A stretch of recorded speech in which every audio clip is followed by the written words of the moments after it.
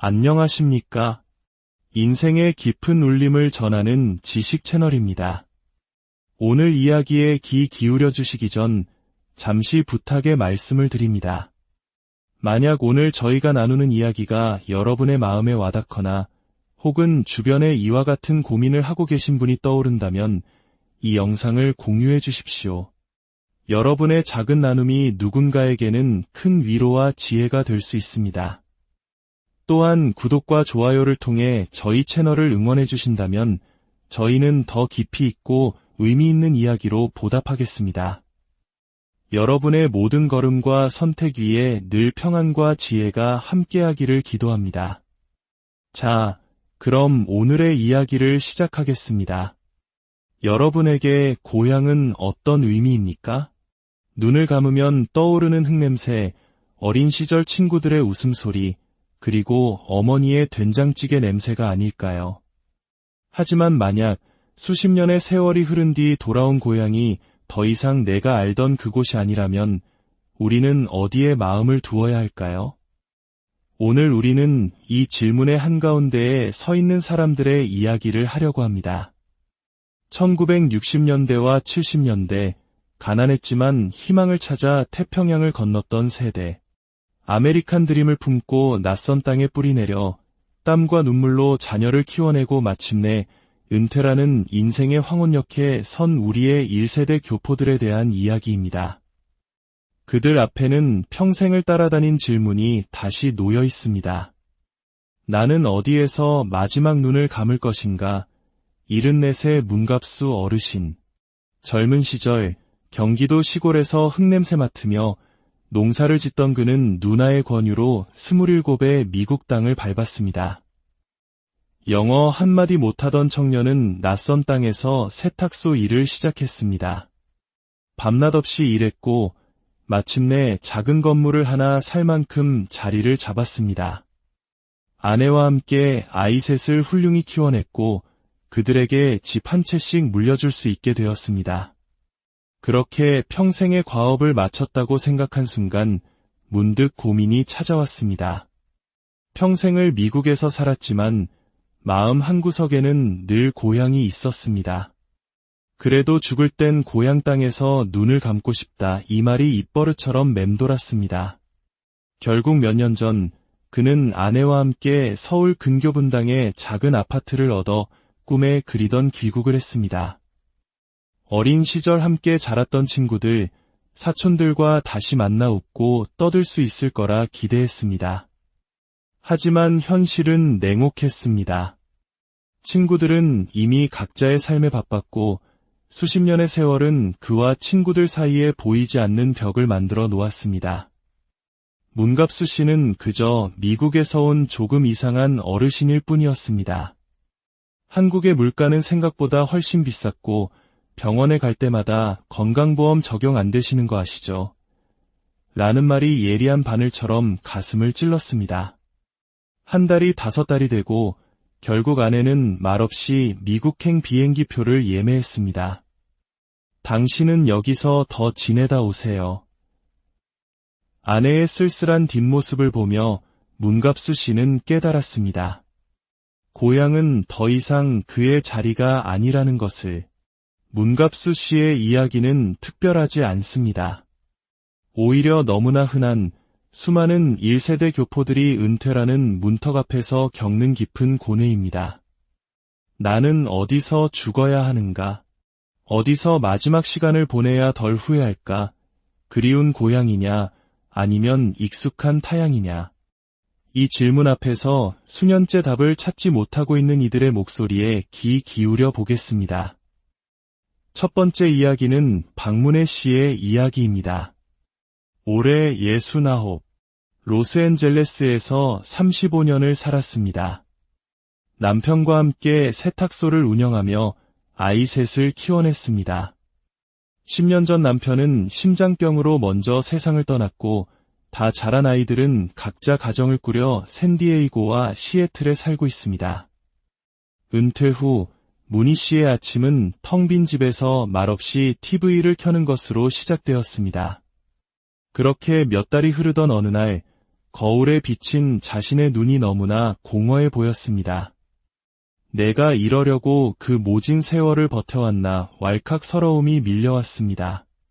그래서 큰맘 먹고 한국행 비행기에 올랐습니다.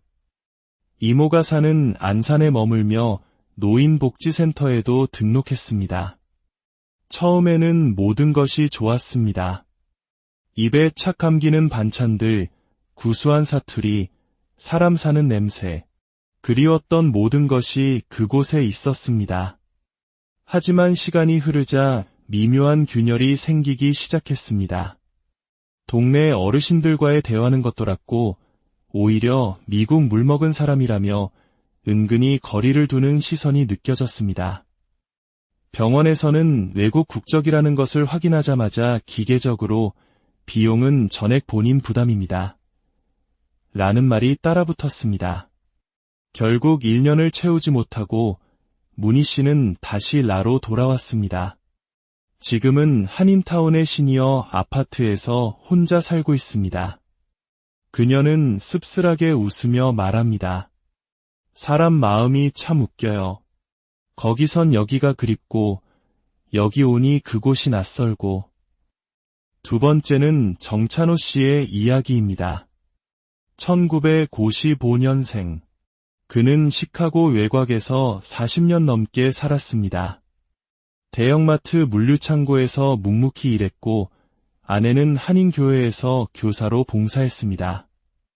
의사가 된 아들 하나를 뒀습니다. 3년 전 부부는 평생의 꿈이었던 한국으로의 귀국을 결심했습니다. 서울 송파에 작은 아파트를 분양받아 입주했습니다. 처음에는 만족스러웠습니다. 미국과는 비교도 안 되게 빠르고 편리한 의료 시스템, 꼼꼼한 건강검진, 거미줄처럼 연결된 대중교통. 모든 것이 완벽해 보였습니다. 문제는 돈이었습니다. 미국에서 연금으로 생활할 때는 몰랐던 생활비라는 거대한 벽이 눈앞에 나타났습니다. 식료품비, 아파트 관리비, 전기세, 통신비까지 숨만 쉬어도 돈이 나간다는 말이 실감났습니다. 두 사람 모두 오래전 한국 국적을 포기했기에 건강보험 가입까지 6개월을 기다려야 했고 그 사이 아내가 아파서 내야 했던 병원비는 상상을 초월했습니다. 하지만 돈보다 더 큰 문제는 외로움이었습니다. 아들은 미국에 있고 한국에는 속마음을 터놓을 가까운 사람이 단 한 명도 없었습니다. 결국 아내는 갑작스러운 우울증 진단을 받았고 찬호 씨는 아내의 손을 잡고 다시 시카고행 비행기를 타야 했습니다. 그는 말합니다. 한국은 마음으로는 고향이지만 몸이 살기에는 너무 힘든 곳이더라고요. 세 번째 사례는 조금 다릅니다. 김정혜 씨, 71살. 그녀는 미국에서 간호사로 정년까지 일했습니다. 미시간주에 자리를 잡았고 남편은 몇 년 전 세상을 떠났습니다. 특이하게도 그녀의 두 자녀는 모두 한국에 살고 있습니다. 그녀는 은퇴 후 망설임 없이 한국행을 선택했습니다. 아이들 얼굴 자주 보고 싶어서요. 경기도 용인에 작은 아파트를 구하고 지역 보건소와 복지센터를 오가며 새로운 삶을 꾸려갔습니다. 다행히 미국 시민권을 유지하면서도 재외동포 비자를 받아 장기 체류 자격을 얻었고 6개월 후 지역 건강보험에 가입해 의료비 부담도 크게 줄였습니다. 정혜 씨는 말합니다. 한국의 시스템은 잘 알아보고 이해만 하면 꽤 괜찮아요. 특히 저처럼 혼자 사는 노인을 위한 방문 건강관리 프로그램 같은 복지 혜택은 정말 만족스러워요. 하지만 그녀는 덧붙였습니다. 물론 정서적으로는 조금 외로워요. 아무리 자식들이 가까이 있어도 수십 년간 함께 웃고 떠들던 미국 친구들과의 시간이 그립기는 해요. 이 세 가지 사례를 통해 은퇴 교포들의 선택을 가르는 5가지 결정적인 차이가 드러납니다. 첫째, 정서적 소속감의 차이입니다. 미국은 정은 없지만 익숙한 곳입니다. 반면 한국은 정은 있지만 낯선 곳이 되어버렸습니다. 어린 시절의 기억 속 고향은 눈부신 발전을 거듭하며 완전히 다른 세상으로 변해 있었습니다. 귀국자들에게 한국은 다시 적응해야 하는 또 하나의 이민 사회인 셈입니다. 둘째, 의료 시스템과 접근성입니다. 한국의 의료 시스템은 세계 최고 수준입니다. 진료 속도도 빠르고 건강검진도 촘촘합니다. 그러나 외국 국적자나 시민권자는 건강보험 적용까지 최소 6개월의 시간이 걸리며 그 사이 발생하는 의료비는 큰 부담입니다. 반면 미국은 메디케어라는 노인 의료보험이 있지만 응급 상황이나 중증 질환에 대한 대응은 매우 비싸고 복잡합니다. 셋째, 생활비와 주거 환경입니다. 한국, 특히 수도권의 물가와 고정비 지출은 상상 이상입니다. 반면 미국은 집이 넓고 관리비는 적지만 재산세와 보험료, 그리고 예측 불가능한 의료비가 큰 변수입니다. 넷째, 사회적 관계망입니다. 미국의 한인 사회는 좁지만 끈끈한 커뮤니티를 중심으로 움직이는 경우가 많습니다. 오히려 외로움을 덜 느낄 수 있는 구조입니다. 반면 한국은 관계의 폭은 넓지만 깊이가 얕고 특히 노년층이 새로운 사회적 관계를 형성하기는 매우 어렵습니다. 외로움의 깊이가 다르게 다가오는 이유입니다. 다섯째, 자녀와의 거리입니다. 결국 부모 세대의 선택은 자녀의 삶과 깊이 연결됩니다. 자녀가 미국에 있다면 한국에서의 삶은 정서적 단절을 겪게 됩니다. 반대로 자녀가 한국에 있다면 미국에서의 삶이 공허하게 느껴질 수 있습니다. 물리적 거리뿐 아니라 마음의 거리까지 고려해야 하는 가장 어려운 문제입니다. 결국 미국이냐 한국이냐의 문제는 옳고 그름의 문제가 아닙니다. 나는 어떤 노후를 원하는가에 대한 근본적인 질문으로 바뀌어야 합니다. 조금은 외로워도 정이 있는 삶인가? 아니면 완벽하진 않아도 익숙하고 편안한 시스템인가? 자녀와 가까이 있는 삶인가? 오랜 친구들과 함께하는 삶인가? 선택은 각자의 몫입니다. 그러나 한 가지 분명한 사실이 있습니다. 은퇴 후의 삶은 단순한 귀향이 아니라 모든 것을 새로 시작해야 하는 또 하나의 이민이라는 것입니다. 자, 그렇다면 이토록 어려운 선택 앞에서 우리는 어떤 준비를 해야 할까요? 막연한 그리움이 아닌 현실적인 생존 전략이 필요합니다. 은퇴 교포들의 선택을 위한 5가지 실전 전략을 제안합니다. 첫째, 나의 정체성과 정서적 소속감을 냉정하게 점검하십시오. 나는 이제 어느 나라 사람인가? 이 질문에 솔직하게 답해야 합니다. 마음은 한국에 있다는 말만으로는 충분하지 않습니다. 한국의 빠른 문화, 대화 방식, 인간관계의 결에 내가 정말 적응할 수 있는지 스스로 진단해야 합니다. 가장 좋은 방법은 귀국을 결정하기 전 최소 2~3개월간 한국에서 살아보는 역이민 체험을 해보는 것입니다. 관광이 아닌 생활인으로서 복지관, 병원, 마트 등을 다녀보며 내가 이곳에 뿌리내릴 수 있는지 직접 확인해야 합니다. 둘째, 연금과 건강보험을 기반으로 재정 시뮬레이션을 하십시오. 노후의 삶은 결국 숫자 위에서 결정됩니다. 미국에 남을 경우 소셜 시큐리티 연금과 메디케어 혜택을 구체적으로 계산해야 합니다. 한국으로 귀국할 경우 국민건강보험 가입 조건과 시기, 주거비용, 그리고 생활비를 포함하여 최소 20년 단위의 재정 계획을 세워야 합니다. 특히 미국 달러 연금을 원화로 받을 때의 환율 리스크와 한국의 세금 문제도 반드시 고려해야 할 중요한 변수입니다. 셋째, 의료 시스템과 만성질환 관리 전략을 세분화하십시오. 건강이 무너지면 모든 계획이 무너집니다. 내가 앓고 있는 만성질환을 어느 나라에서 더 효과적으로 관리할 수 있는지 따져봐야 합니다. 미국에 머문다면 메디케어 보조보험을 통해 의료비 리스크를 줄여야 하고, 한국으로 돌아온다면 건강보험 가입 전 6개월의 공백기를 대비한 사보험 가입이 필수적입니다.